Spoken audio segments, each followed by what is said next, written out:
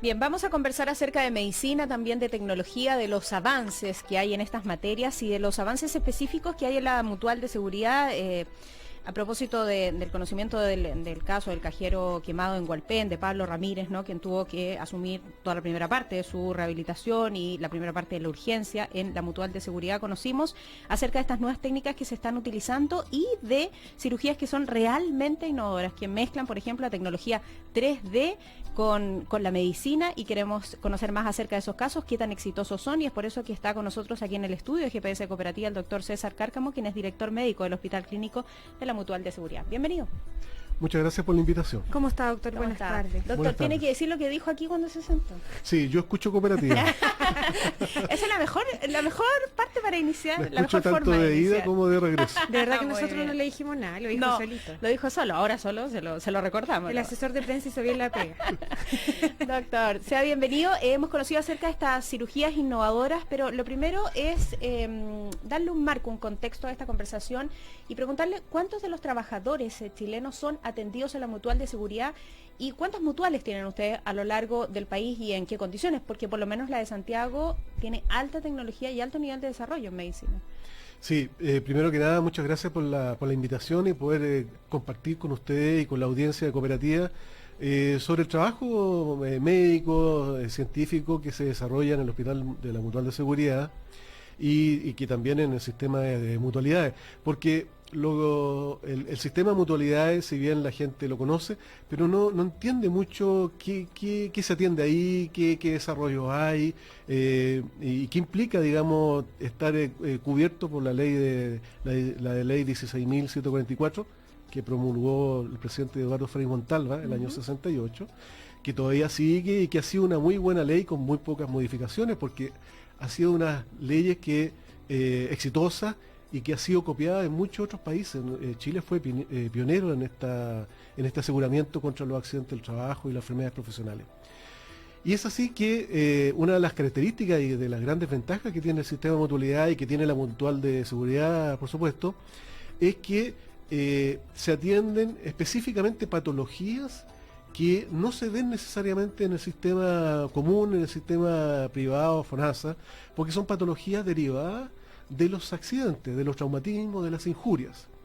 Y esas patologías que ahí se agrupan, permite, digamos, tener con el tiempo un número de pacientes y de aprendizaje que se va traduciendo en preguntas de cómo mejorar, cómo abordar, digamos, las discapacidades que se producen producto de un trauma. Y eso es lo que nosotros hemos ido desarrollando específicamente estos últimos años y que de alguna manera también estamos entregando al país, digamos, y a la comunidad científica nacional e internacional. Por ejemplo, los grandes quemados. Las quemaduras, digamos, las quemaduras pequeñas se manejan en cualquier hospital, en cualquier clínica. Que es el caso que mencionó Pablo Ramírez, la claro. de Pablo Ramírez, que generó gran connotación social a propósito de lo que le pasó en Hualpén, que fue quemado en un asalto, ¿no? Exactamente. Y con ese ejemplo que, bueno, saltó a la luz pública, dadas las connotaciones, ¿no es cierto?, de su accidente y de lo que le sucedió, pero la mayor parte de las personas no saben de que en Chile los pacientes grandes quemados solo se atienden al menos en 3 o 4 lugares en todo el país, porque se requiere en primer lugar una infraestructura específica para el manejo de esos pacientes quemados, y se requiere un equipo que tenga aprendizaje, y un equipo para que tenga aprendizaje tiene que estar constantemente viendo pacientes. No puede ser atender un paciente una vez cada varios meses. Claro. Se requiere tener una práctica. Y eso lo tienen las mutualidades. También lo tiene el sector público, con la apuesta central, que es el centro de referencia del sector público de FONASA para los pacientes quemados que no son accidentes del trabajo. Doctor Cárcamo, todo el tiempo estamos viendo como ciudadanos comunes y corrientes una aplicación que se crea para regarnos las plantas, una aplicación que se crea para darle seguridad a nuestro hogar, para cerrar el refrigerador, la comida vencida, no sé. Cuando uno dice en medicina, ¿qué lugar ocupa el avanzar tecnológicamente hacia ese tipo de soluciones? Y en el caso de la Mutual, ¿en qué nivel están? ¿En qué pie están en la tecnología al servicio de la medicina, en la tecnología al servicio de la rehabilitación y de la cirugía? Bueno, para nosotros estamos Cuando se produce un trauma, las lesiones y las discapacidades que se producen tienen que ver necesariamente con la destrucción de tejido y si el organismo es capaz de recuperar ese tejido que se lesionó, de cicatrizarlo o de volver a desarrollarlo. Hay ciertos tejidos que no se pueden desarrollar y que por lo tanto su pérdida significa una discapacidad. Y más o menos hay una proporcionalidad entre la cantidad de tejido lesionado y el grado de discapacidad. Por ejemplo, los traumatismos encefalocranianos, los golpes en la cabeza, o los TEC, que comúnmente se conocen como TEC.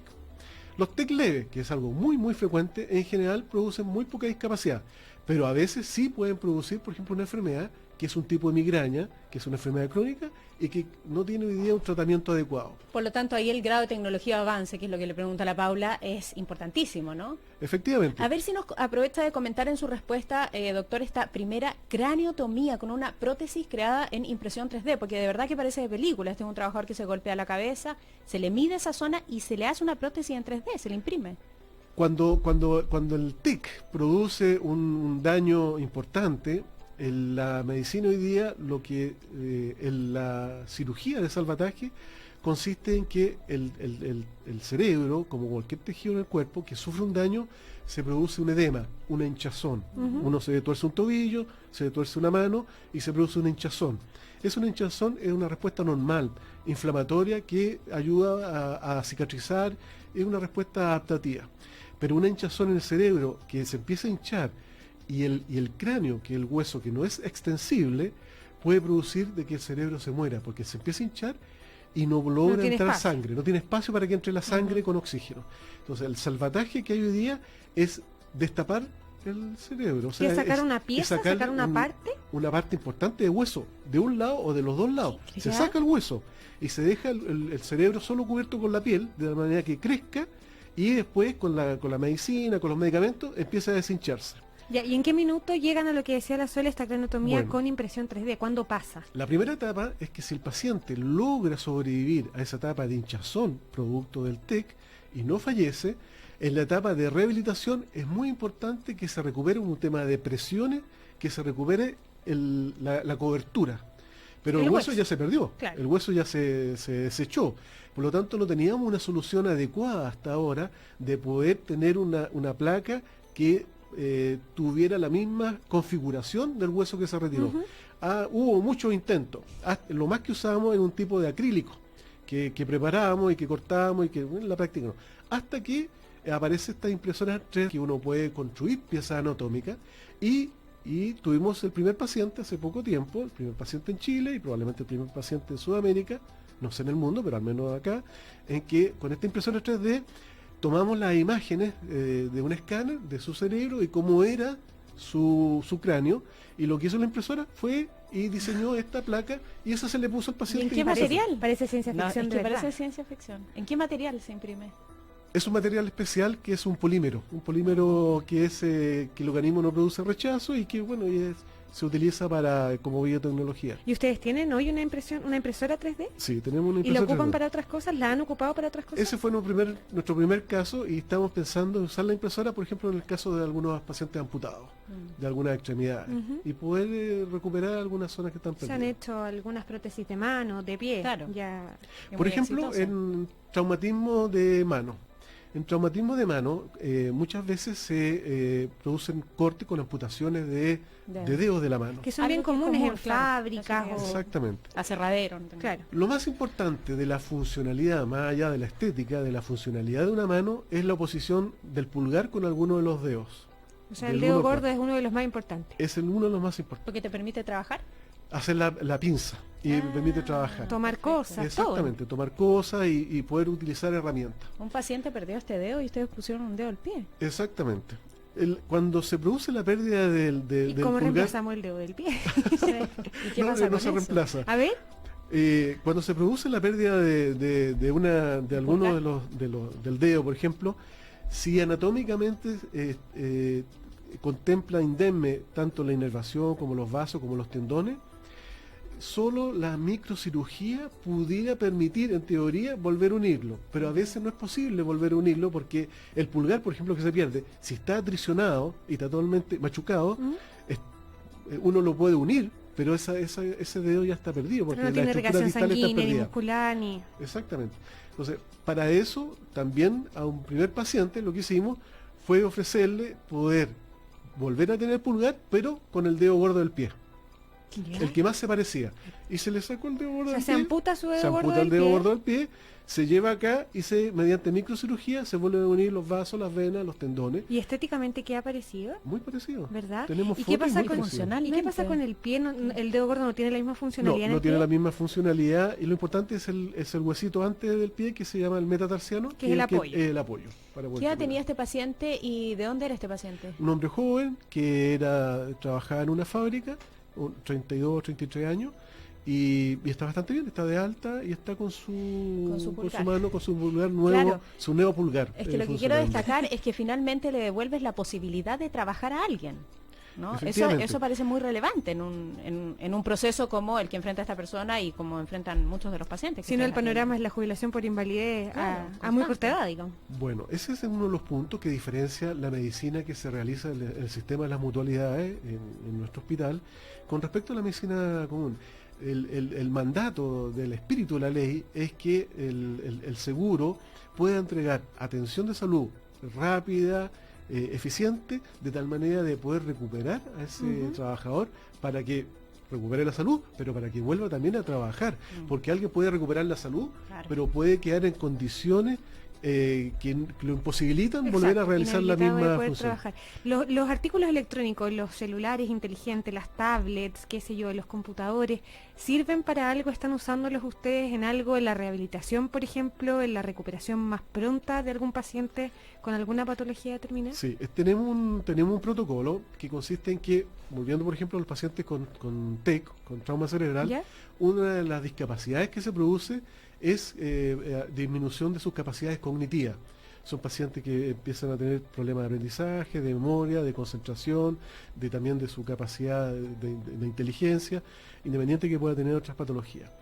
Y se sabe que esos pacientes requieren un aprendizaje y requieren estar haciendo constantemente cierto tipo de ejercicio, que en este momento nosotros se los realizamos con terapeutas y tienen que venir al hospital.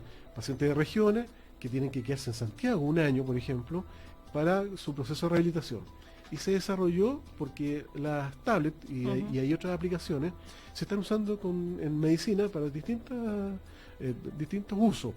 Y el equipo de rehabilitación diseñó un programa que es traducir el programa que se realiza presencialmente a ejercicio en una tablet.